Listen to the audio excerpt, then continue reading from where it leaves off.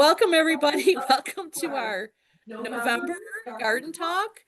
This month, it's gardening myths, facts versus fiction with our master gardener, Christine Dessinger. I can't see Thank you, anybody. Christine. Take it away. Hold on, I gotta get my sound back on. Okay, hello. Yes, I'm Christine Dossier. I'm one of the new master gardeners, so be kind. I've been here not like we started classes last September, so I haven't even really been here a year yet. I've learned a lot. And I started gardening, really gardening when we bought our house.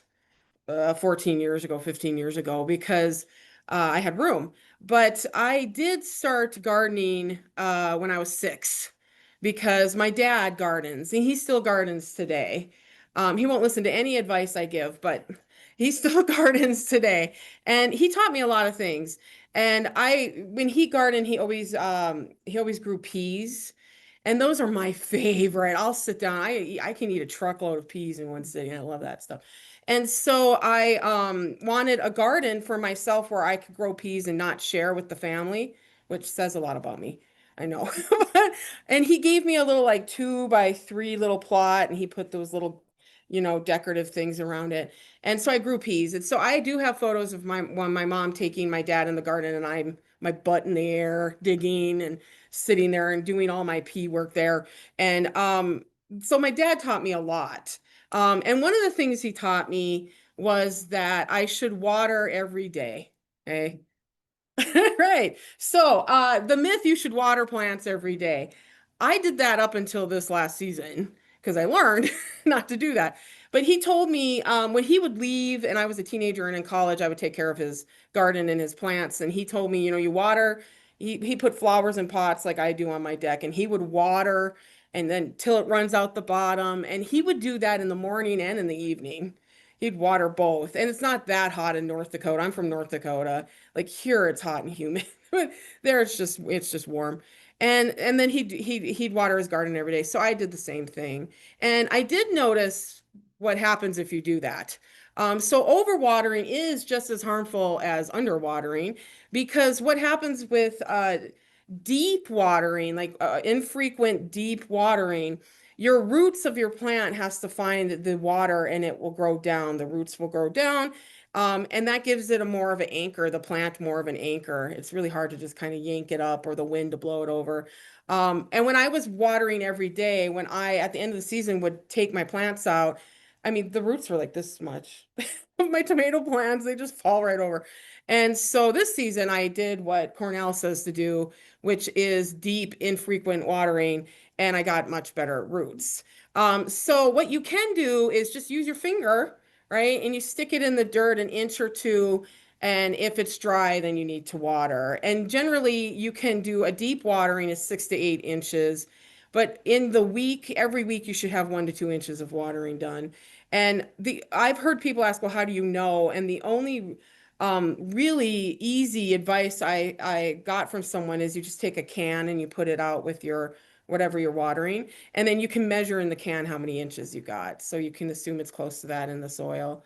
But yeah, so it's deep, infrequent watering here. I do want to tell you all my images are AI generated, so I can get around copyright. So I just told, AI to do this stuff, except for one, and I'll let you know what that is. But okay, so speaking of water, we're going to continue with the water problem here. So this one, the myth is put gravel in the bottom of your pots for drainage or rocks at the bottom of your pots for drainage. This kind of makes sense, right? You think, I have a pot that doesn't have a drainage hole. I'll put some gravel down there and that will keep the water from just soaking in the roots. The roots won't be soaking in the water. And, but it doesn't work that way. It's the opposite, even though logic kind of dictates it would be. So gravel does create a perched water table, reducing drainage efficiency. So what happens is because it takes longer for water to go through big chunks of gravel. It just sits at the level where your gravel is, and so your roots will be in the water. And so the best thing to do is to get a pot with a drainage hole.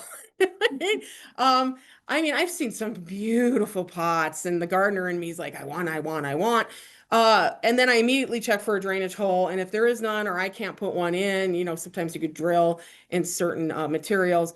I won't buy it at all because I know my plant will suffer from the lack of drainage hole. The other thing you can do is use well-draining soil throughout, usually a potting mix throughout, and that can help. But it's better than the gravel or rocks. I did buy a plant this spring in May.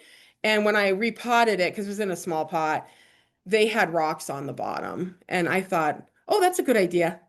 And then I researched and it's not. The studies show that it's going to do the opposite of that.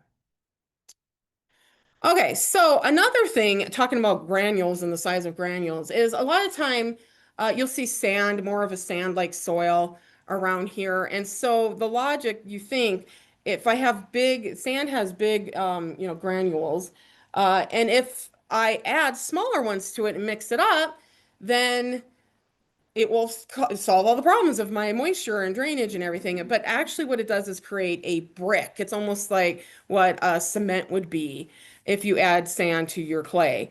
And so, usually, what the best solution is to add organic matter like compost or shredded leaves or aged manure or something to your soil. That's usually the solution to any soil problem.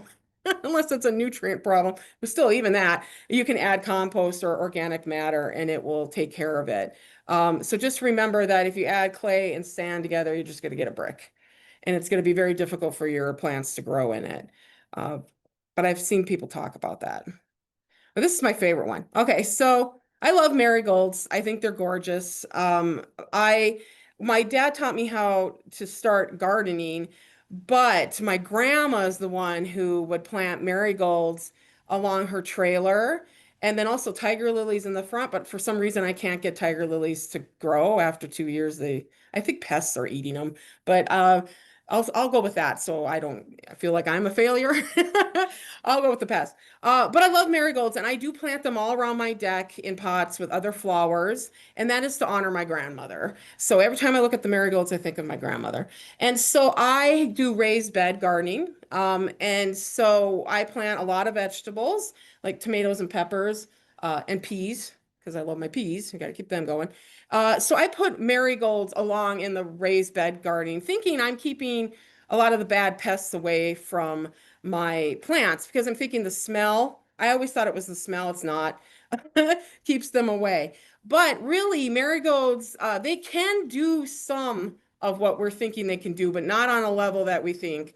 And some of them detour some of the root not nematodes, but that's the French marigold and the African marigold. I don't know if you've seen those. I just got into African marigolds.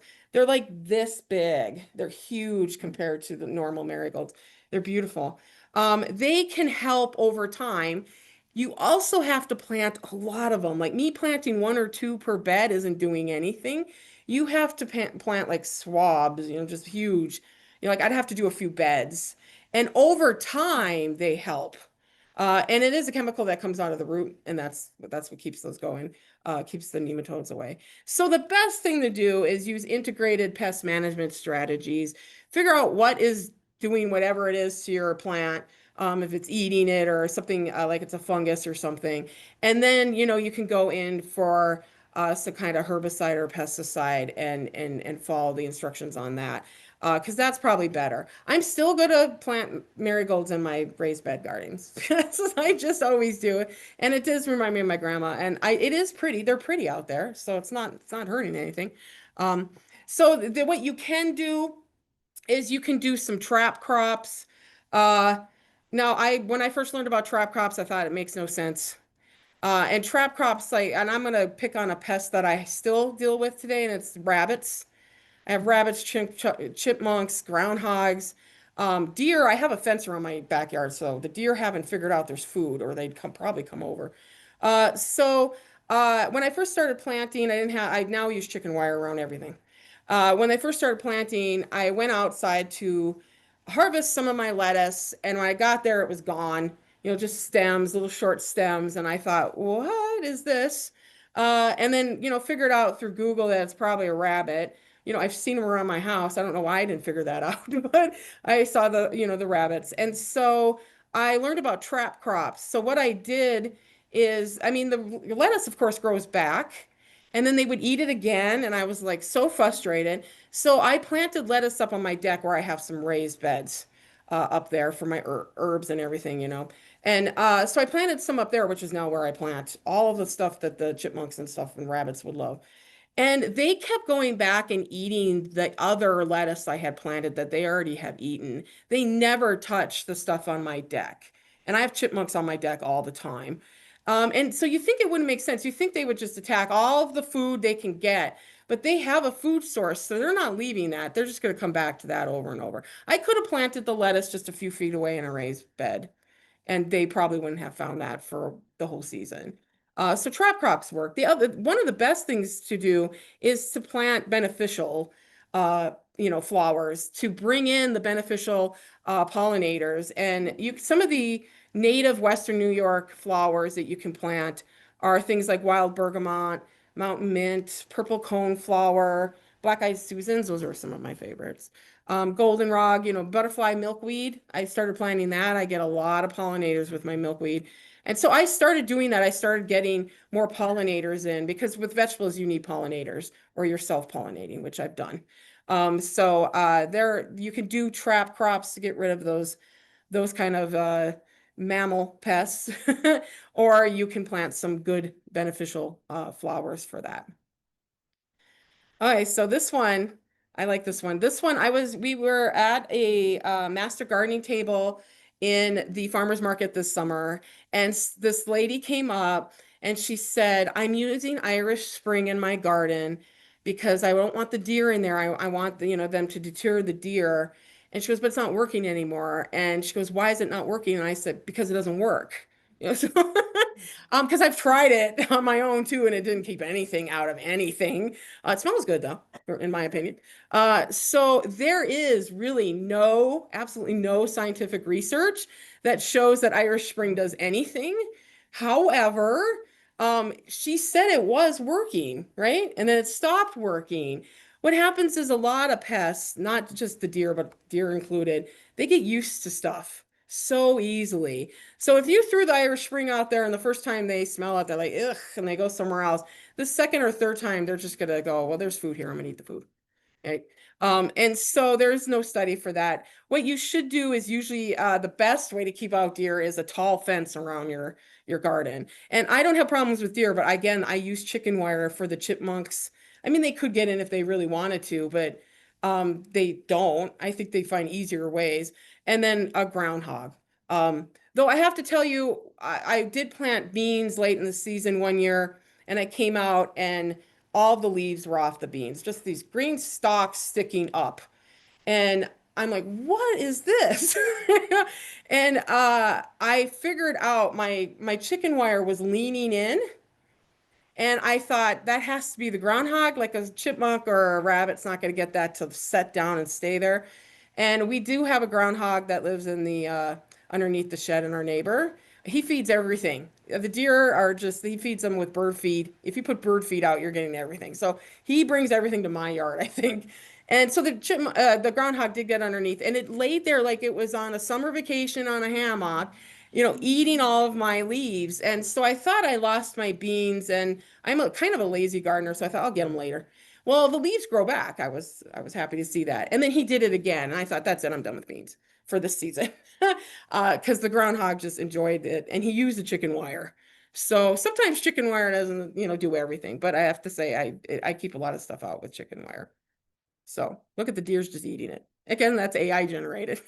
So it did a good job too. I asked it once. Okay, so we're always trying to fix our soil, and we think that Epsom salt will fix some problems with our plants. And I have used Epsom salt, I think it was with vinegar, and it was a homemade on the internet recipe to get rid of weeds, which we'll talk about. And now I wouldn't follow anything that's homemade and on the internet for that. I would go to cooperative extensions.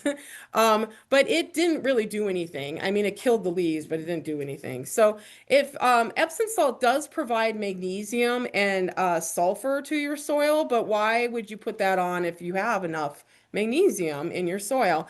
And so what Cornell always emphasizes is to do a soil test to see if you have any deficiencies in your nutrients. And then if you do, then maybe you can add if you have magnesium deficiency, you can maybe add Epsom salt and then follow their, instructions for that. In my research, when I was doing the Epsom salt, I did find that a lot of people, and I had not heard of this before, but a lot of people believe it prevents blossom end rot. And when I first started gardening, I got blossom end rot on my tomatoes. And really, it's at the end of your tomatoes on the bottom, and it's like this brownish rotting thing. And so that does not prevent blossom end rot. And I put eggshells because I'm thinking, because blossom end rot occurs because of two things. Uh, Infrequent, not consistent watering. You have to have consistent watering, especially with tomatoes. Or there's not enough calcium or it's low calcium in the soil. And so I knew the calcium thing, though people will argue with you that that doesn't exist, but it is. It's low calcium. So a lot of people will put Tums when they plant the, I don't do that, the tomato plant, but I would grind up eggshells and I would spread them around the base of the plant. That, according to the studies, is not doing anything either. It did stop my blossom end rot. I'm just saying. That's anecdotal though. But the science shows that the eggshells, it takes a while for that calcium to get into that soil. And so there are better ways to prevent, quicker ways to prevent blossom end rot. One is consistent watering, maintain that 1 to 2 inches a week. Mulch around your plant, like I mulch around my tomato plants to keep that moisture and water consistent there so that they do have that. Test your soil, right? You could test your soil. Cornell usually recommends every 2, 3 years testing your soil. I have raised beds, so it would be different in every bed. So sometimes you just have to, fly by your pants there.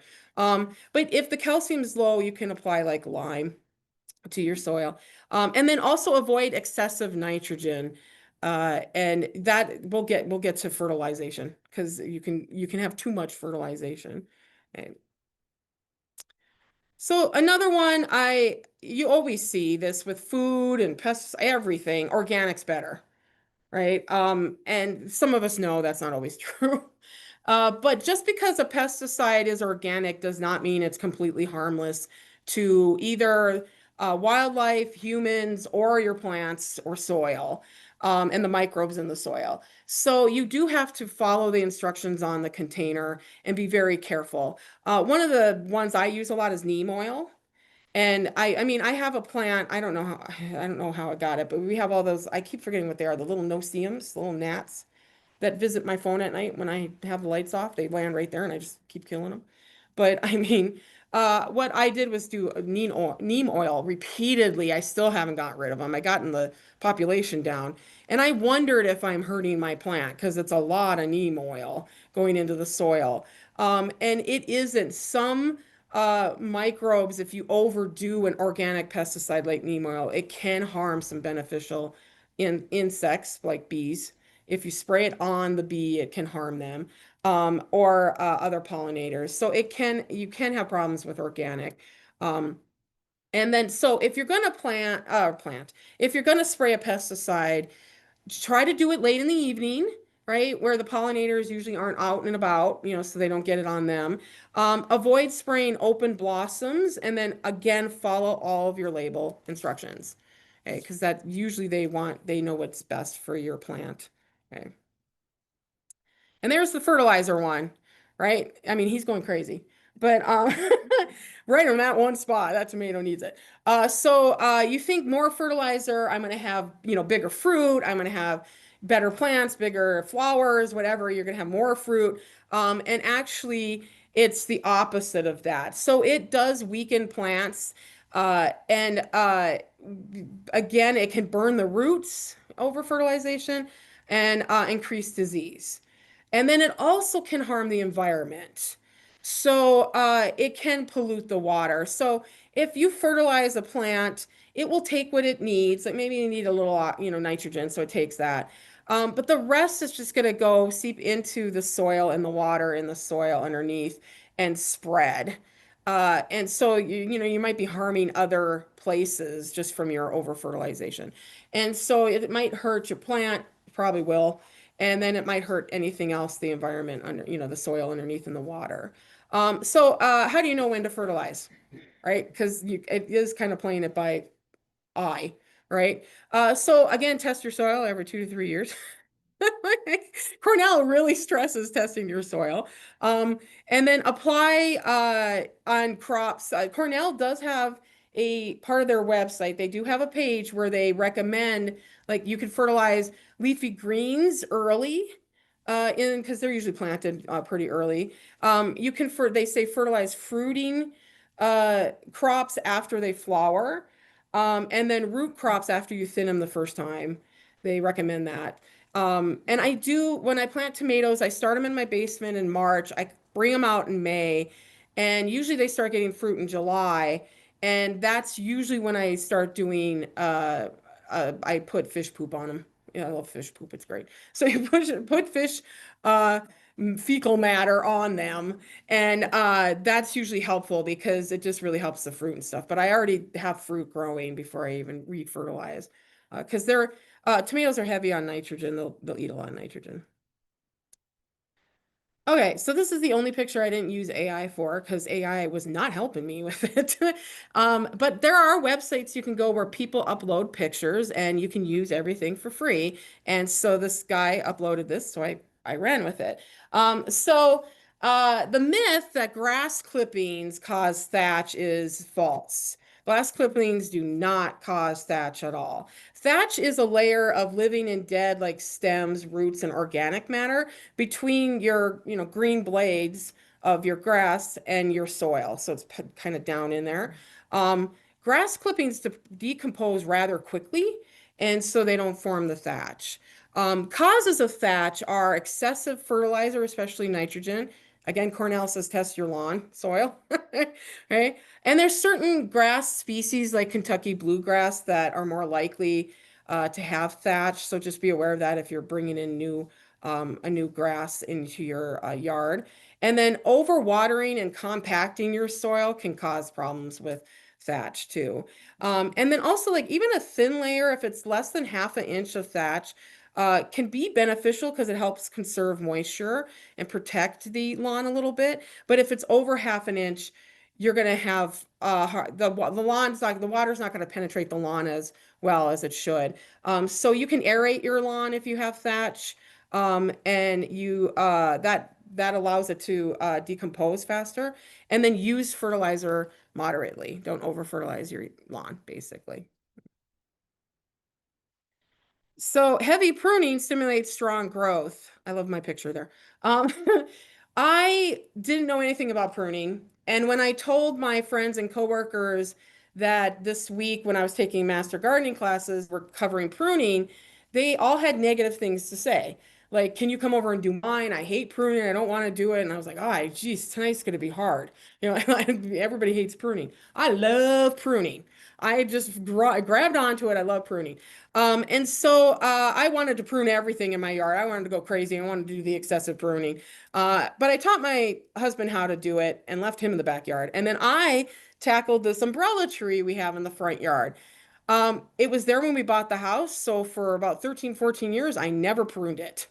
Sometimes if you see umbrella trees, their branches will grow like weird. So I've done that, but I don't consider that pruning. I consider that aesthetic. Like, I didn't like it. And so I went underneath the umbrella tree and I stayed 2 hours there. And I could have stayed longer because what I did was cut away all the dead branches. So instead of excessive pruning, you think that your, shrub or your tree is going to grow. Cut away look for the dead stuff first and cut that away. Like, it's going to take a couple seasons to get that umbrella tree where I want it because I don't want to overdo it. So if you do excessive pruning, like I used to take a hedge clipper and just on my shrubs in the front. And I always wondered why, like, my burning bush never turned red because it's stressed. What I did was I cut everything off the top. And when you cut like a branch or a twig or something, the shrub sends out chemicals to heal it. It wants to heal that spot that you just caused, that wound. And if you do, like if you do a major cutting, it's going to heal that. It's not going to put any energy into growing or flowering or changing its leaves or anything like that. And so that is why heavy pruning is not going to work for you. Okay. But I had fun doing it. It was dead stuff though, so I knew I was cool doing it. Okay, so speaking of my Epsom salt vinegar formula that doesn't work, pouring vinegar on weeds kills them is a myth I hear all the time. It's like every summer. Connie usually posts on Facebook, don't do it. She reminds us every year. So the fact is vinegar it kills plant tissue.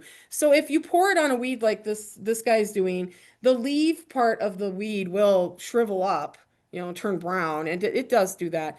But it is a contact herbicide, so it does not kill the weed. The roots are down below, and it just grows another weed.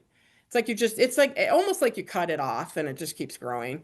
So you think I thought I killed all these weeds and then they grew back within a day or two. I saw sprouts growing. And so putting vinegar on there doesn't do much to kill anything. The other thing though, vinegar does, it can really hurt animals and your soil and vegetation. Right? So it can hurt insects and pollinators, especially if you spray it directly on them. It causes tissue irritation and dehydration, and it can kill them. It attacks soil microbes, the good guys that you want in your soil. And so if you have a high concentration of vinegar, it will lower your soil pH and it will harm until you get it back to normal. It will harm your beneficial bacteria and stuff in the soil. And then pets and wildlife, I would even include humans in that.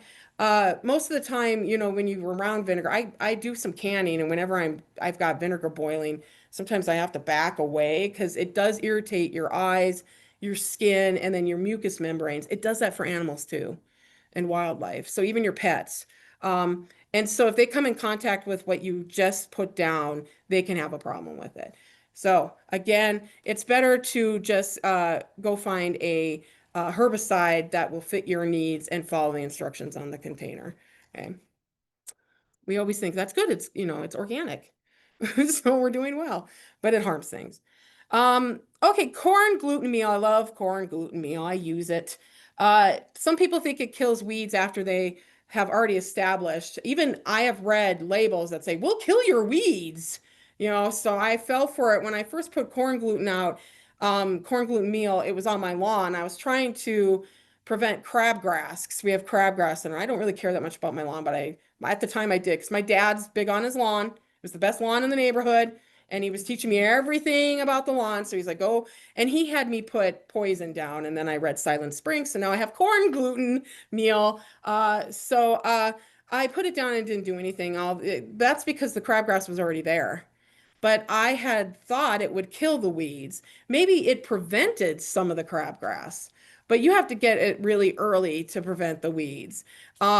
And so it only prevents the seed germination. If you have an established weed, it won't kill it. What you have to do usually is just get that weed out, is pick it. And I did have a weed in my yard that started last season a little bit, and then it just took over this season, and it climbed up on my chicken wire. It was using that as a trellis. I mean, it had it pushed down. And so finally, I got my husband out there. And he went out and I said, could you just, I get my hair done. I really was getting my hair done. I'm sorry. It was a stereotype, but I was getting my hair done. And then I said, could you pull it? Because he's actually very good at attention to detail. So I knew after a while, I'd be like, I don't care anymore. Like he would get into it. So when I came out, it was gone. There might have been like a couple like vines, but it was gone. And so I immediately put corn gluten meal down and everybody was telling me it won't kill the weeds. I was like, we got the weeds. I'm trying to prevent them from coming back. They still haven't come back. That corn gluten meal worked. I was amazed because it was all over. I mean, I can really grow weeds well if you need some help with that. I can help you with that. So they were all over. And instead of picking them right away, I let it go, which you shouldn't, but that's what happens sometimes. Okay, so I saved the most controversial for last. And that's companion planting always works. Yeah, I know. I do it. I do companion planting. Um, and I have to tell you, the AI with this picture, it took 5 tries. Because when I said, can you make some of the tomatoes red? It was all green, the picture. It actually put a tomato hanging off the basil plant below. I just thought, what are you doing, ChatGPT? And so I said, can you get rid of the tomato? I said, eliminate the tomato hanging off the basil plant that is on the ground because it might not know what a basil plant is or something. It added another one. I had 2 tomatoes hanging off. I thought we're going the wrong direction. And so I said, you are not listening to me. That's what I wrote. I was like, I'm chastising you. And it did it. It finally got this. So I was like, I'm going to end with this. So I do plant basil with my tomatoes. I do that with the companion, with my marigolds. I think I'm doing things, but I'm not doing anything. So there are some combinations that do help each other, and we'll get to that. But many claims are anecdotal. Like it's all anecdotal. Like my marigolds keep away my pests from the tomato plants. Because I don't have pests doesn't mean the marigolds are doing it, you know. So, but I still will plant the basil with the tomato. But basically, it's supposed to improve flavor, but that has not been proven at all. Some people plant carrots and onions, and that is to deter pests, and that hasn't been proven at all in studies. And then cabbage and celery can sometimes be planted together for protection, and that has no verification either in the studies. Okay. So I was you can use crops and pollinator plants and diverse flowering to kind of get rid of some of your pests if you need to. We talked about that. But I thought I'm going to dig deeper because it can't all be bad.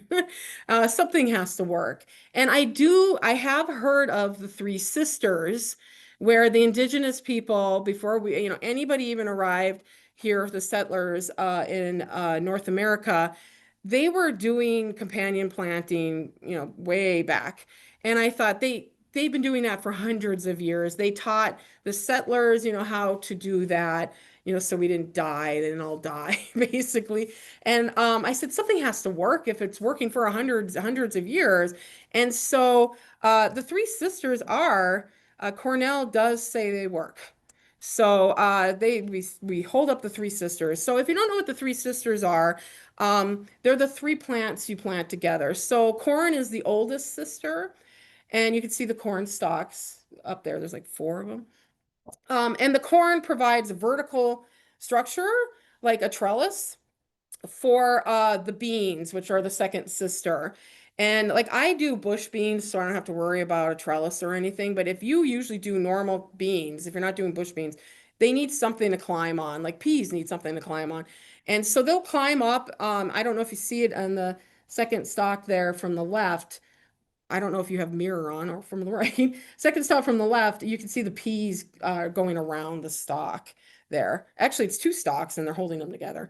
And so the beans are the giving sister because not only do they they grab onto the corn and kind of support, like they're not going to get blown away easily. They support each other. But beans are nitrogen fixing legumes. And I use them all the time. If I have a bed, I use something like tomatoes. I'll sometimes plant beans there, just trying to get the nitrogen back in. The nitrogen, it gives a bacteria on their roots convert nitrogen from the air, and that's good for the next season. It's not going to really help right there because it takes time to do that. So your next season, you're going to have their plot here, whatever their garden is going to have some nitrogen in it.